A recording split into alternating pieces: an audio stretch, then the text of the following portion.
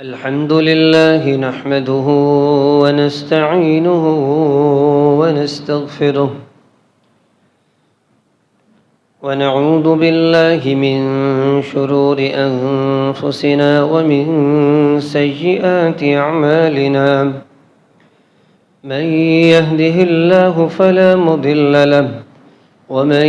يضلل فلا هادي له، وأشهد أن لا إله إلا الله وحده لا شريك له، وأشهد أن محمدًا عبده ورسوله. أما بعد، فإن خير الحديث كتاب الله، وخير الهدي هدي محمد صلى الله عليه وسلم، وشر الأمور محدثاتها، وكل محدثة بدعة، وكل بدعة ضلالة، وكل ضلالة في النار. يا أيها الذين آمنوا اتقوا الله حق تقاته ولا تموتن إلا وأنتم مسلمون. يا أيها الناس اتقوا ربكم الذي خلقكم من نفس واحدة، وخلق منها زوجها، وبث منهما رجالا كثيرا ونساء، واتقوا الله الذي تساءلون به والأرحام، إن الله كان عليكم رقيبا. يا أيها الذين آمنوا اتقوا الله وقولوا قولا سديدا يصلح لكم أعمالكم ويغفر لكم ذنوبكم، ومن يطع الله ورسوله فقد فاز فوزا عظيما. اللهم صل على محمد وعلى آل محمد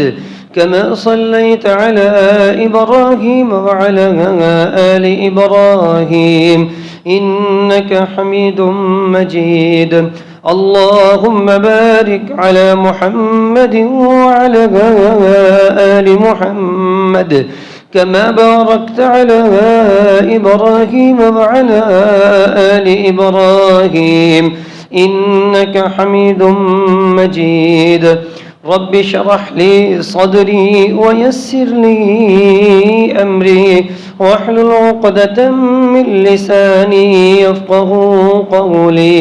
رب يسر ولا تعسر وتمم بالخير. أعوذ بالله السميع العليم من الشيطان الرجيم، من همزه ونفخه ونفثه. بسم الله الرحمن الرحيم. والفجر وليال عشر.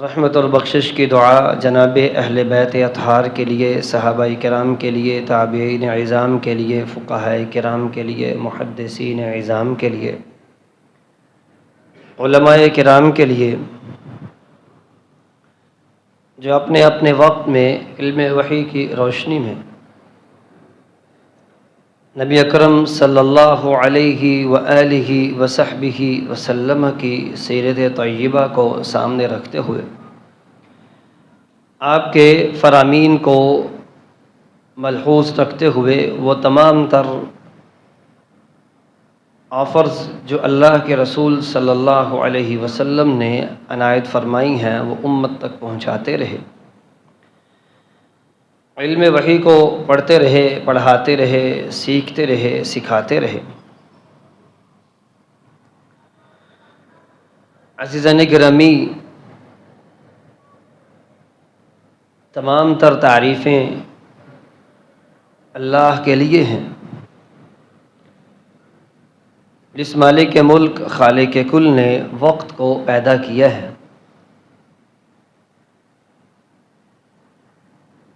اور اس میں سے بھی کچھ اوقات کو ہمارے لیے انتہائی اہم قرار دیا ہے، جس میں ایک مسلمان کے نیکی کا اجر پہلے سے کئی گنا بڑھ جاتا ہے۔ اس نیکی کے اثرات اس کی زندگی میں کھل کے سامنے آتے ہیں، گویا کہ وہ اللہ کی فرما برداری کر کے اس کی برکات کو خوب سمیٹ سکتا ہے۔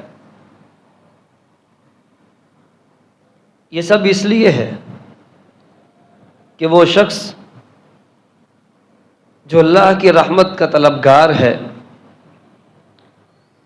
جو چاہتا ہے کہ وہ اپنے وقت سے فائدہ اٹھائے اور فائدہ اٹھانے کے ساتھ اللہ کے ساتھ صلح کر لے، اور خاص طور پر اس وقت میں جس وقت کو اللہ نے بڑا خوبصورت قرار دیا ہے، تو ایسا کرنے والا شخص اللہ کے ہاں بڑا مقرب ہے اور ہمارے ہاں وہ بڑا خوش نصیب ہے۔ تو عزیزان گرامی، ہمارا آج کا مقصود، مفہوم اور مطلوب جس کو ہم حاصل کرنے کی کوشش کر رہے ہیں، وہ آج سے ایک دو دن 3 دن بعد شروع ہونے والے وہ ایام ہیں جن ایام کو عشرہ ذو الحج کہا جاتا ہے۔ عشرہ ذو الحج کے مہینے کے پہلے 10 دن، اور ان دنوں میں خاص طور پر 9 دن، 10واں جو دن عشرہ ذو الحج کا یوم النحر، عید الاضحیٰ کا دن، اس کی الگ سے اپنی ایک اہمیت ہے۔ یہ وہ دن ہے جو دن ہمارے لیے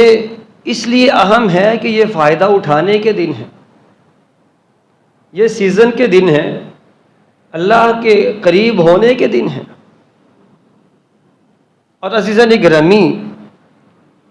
ابھی وہ دن شروع ہونے والے ہیں، تو ہمارا آج کا سبق یہ ہے کہ ہم ان دنوں کا استقبال کیسے کریں، ان دنوں کو اپنے آپ کو کس طرح فائدے مند کو اپنے آپ کو بنا سکتے ہیں، ان دنوں سے کیسے فائدہ لے سکتے ہیں۔ تو سب سے پہلی بات یہ ہے ایک مسلمان کے لیے کہ وہ ان دنوں سے فائدہ لے سکتا ہے اللہ سے صلح کر کے۔ یقیناً جب انسان کوتاہیوں اور گناہ کی زندگی میں پھنستا ہے،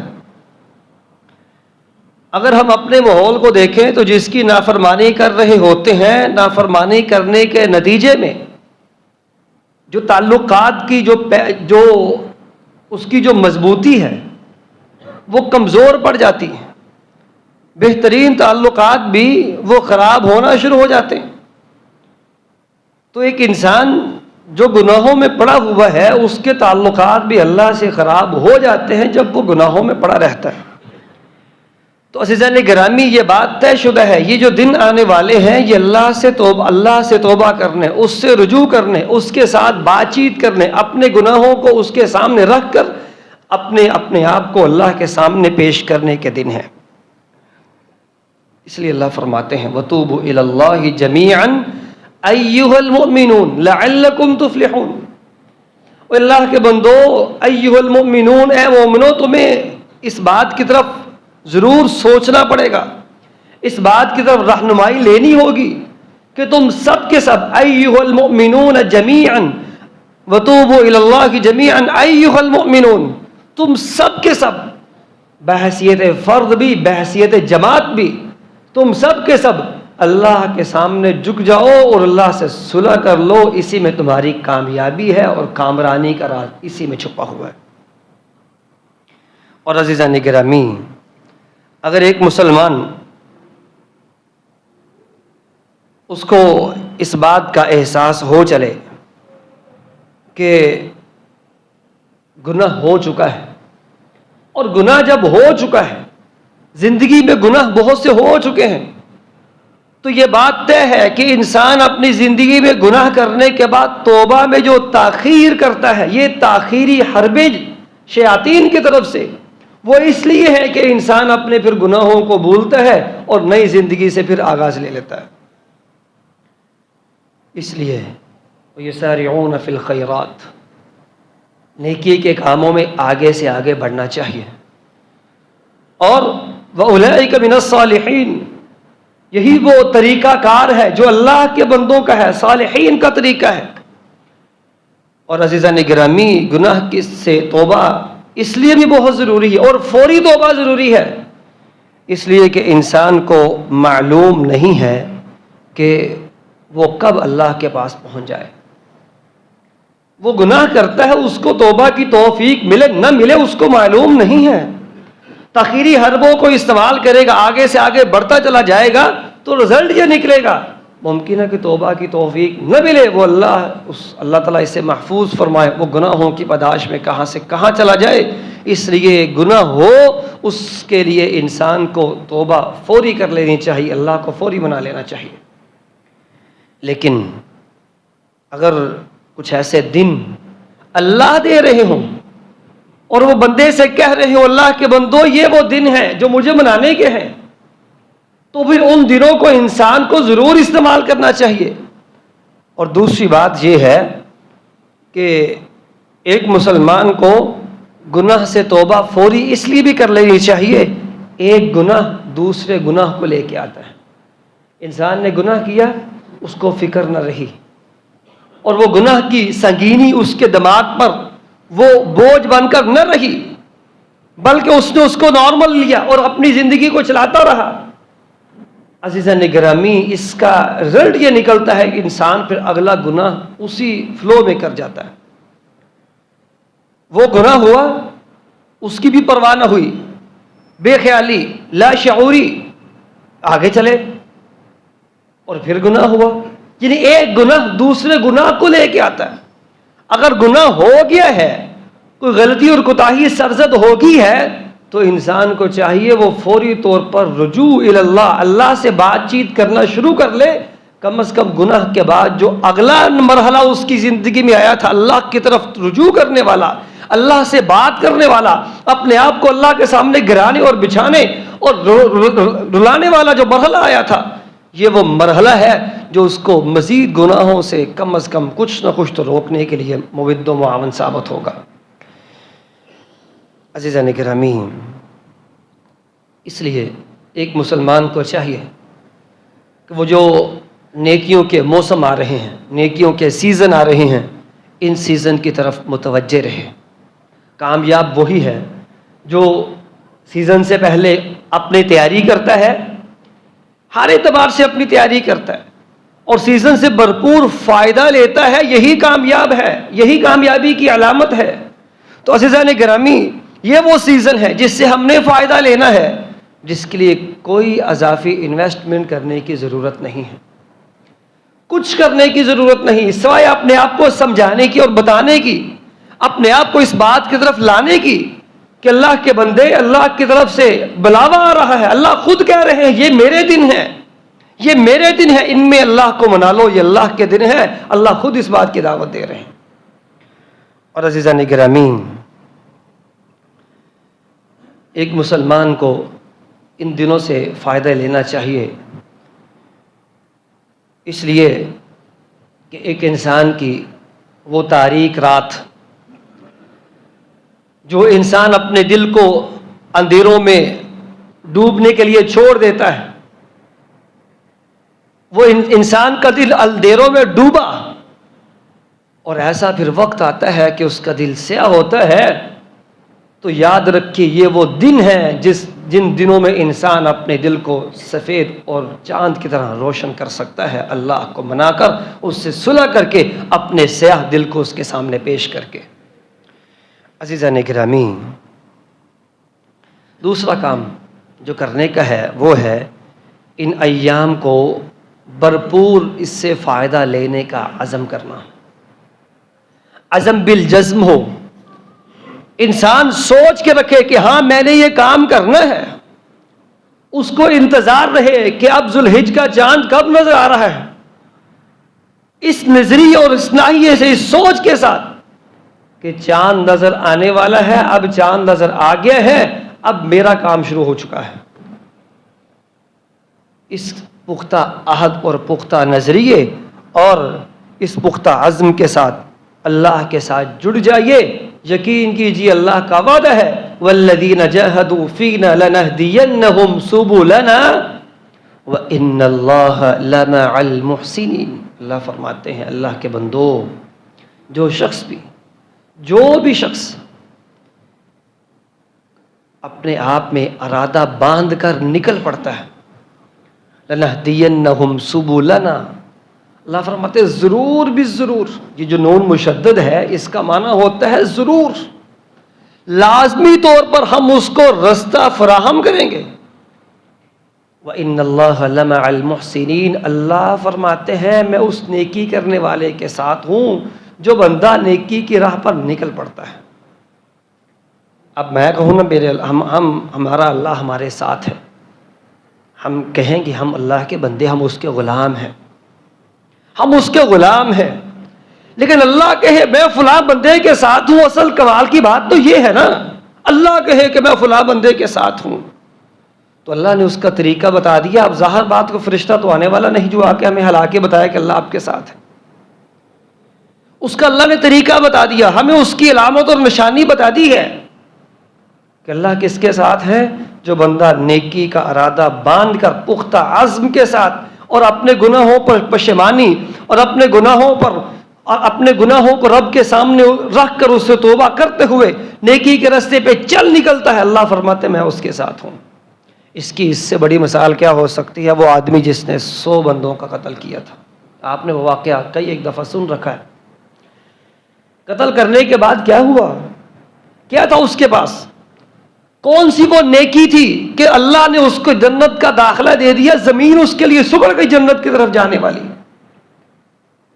کیا تھا اس کے پاس؟ پختہ عزم تھا، اور اس نے سوچ رکھا تھا یہ جو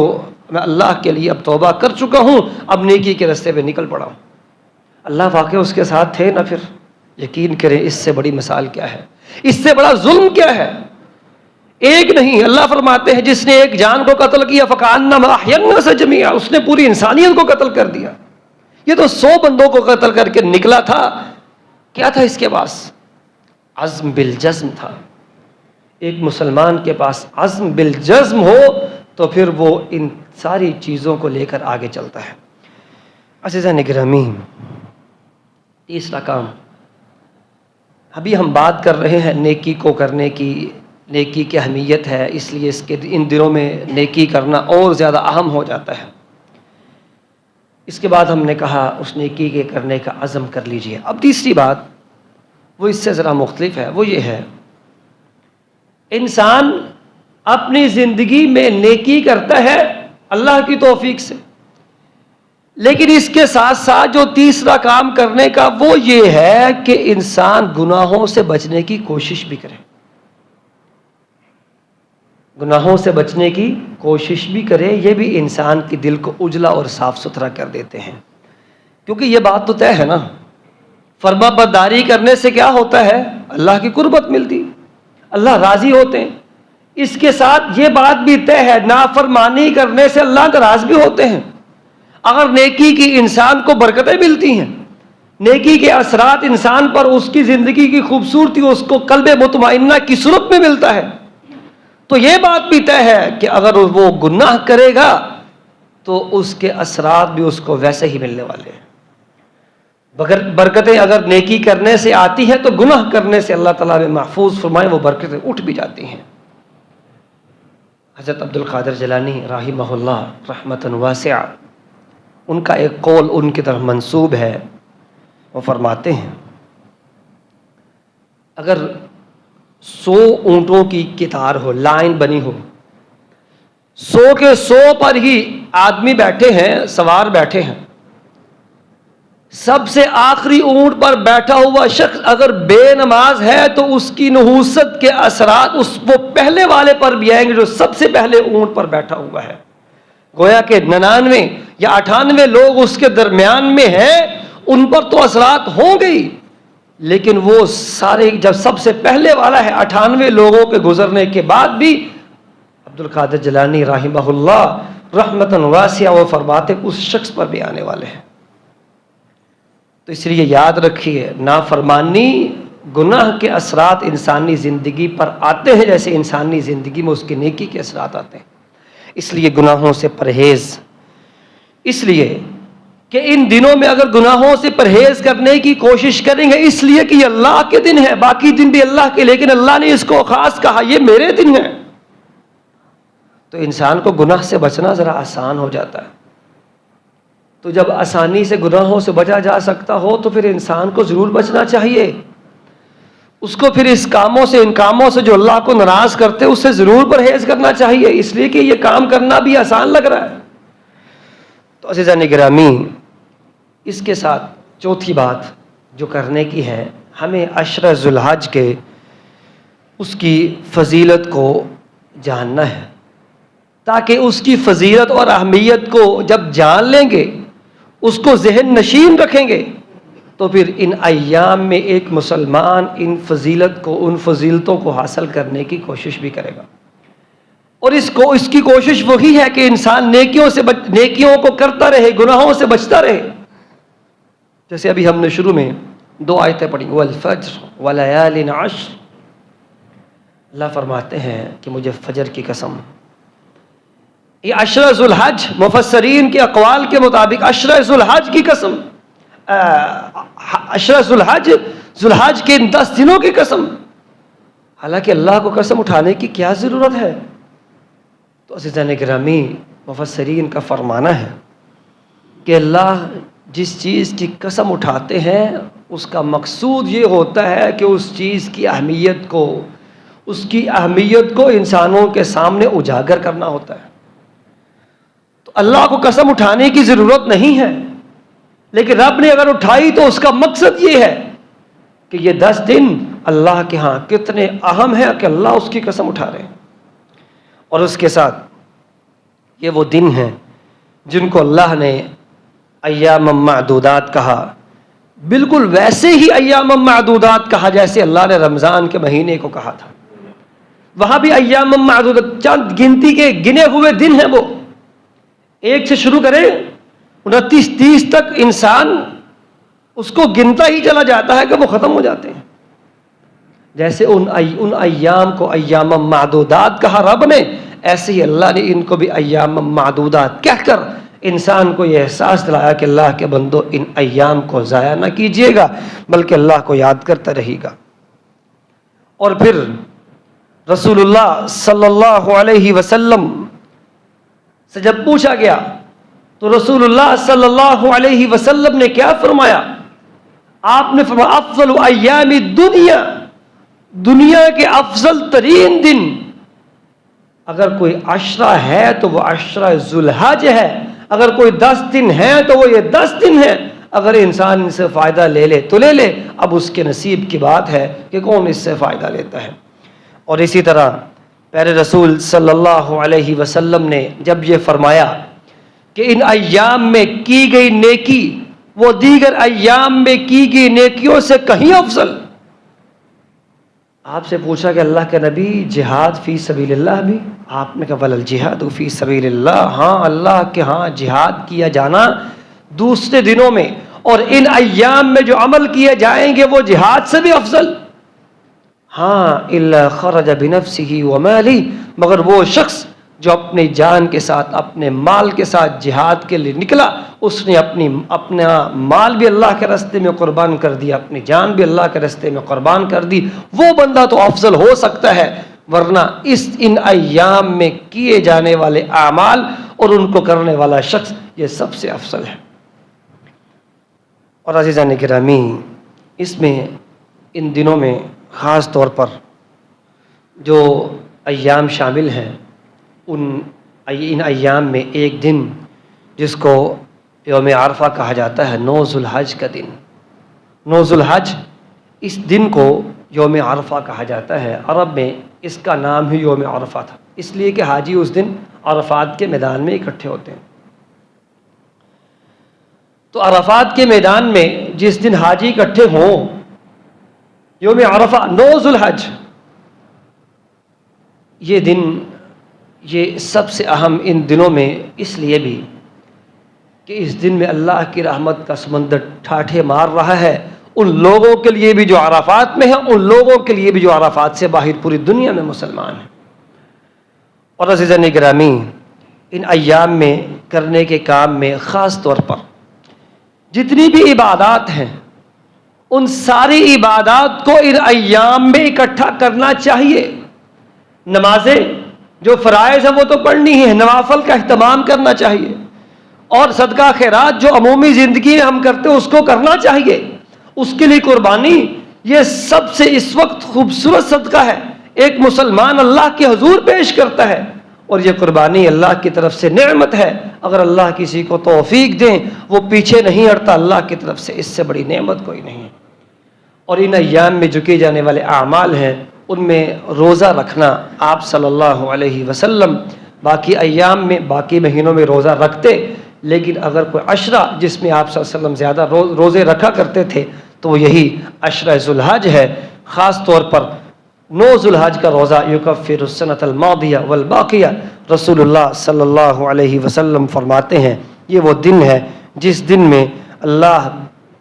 میں روزہ رکھنے والے کے لیے اللہ کے رسول صلی اللہ علیہ وسلم نے فرمایا 2 سال کے گناہوں کی معافی کا اللہ کی طرف سے یہ اعلان کر دیا جاتا ہے۔ عزیزان گرامی، اسی طرح ایک مسلمان جب ان ایام کو اپنی زندگی میں داخل کرتا ہے یا اپنی زندگی میں ان ایام کو پا لیتا ہے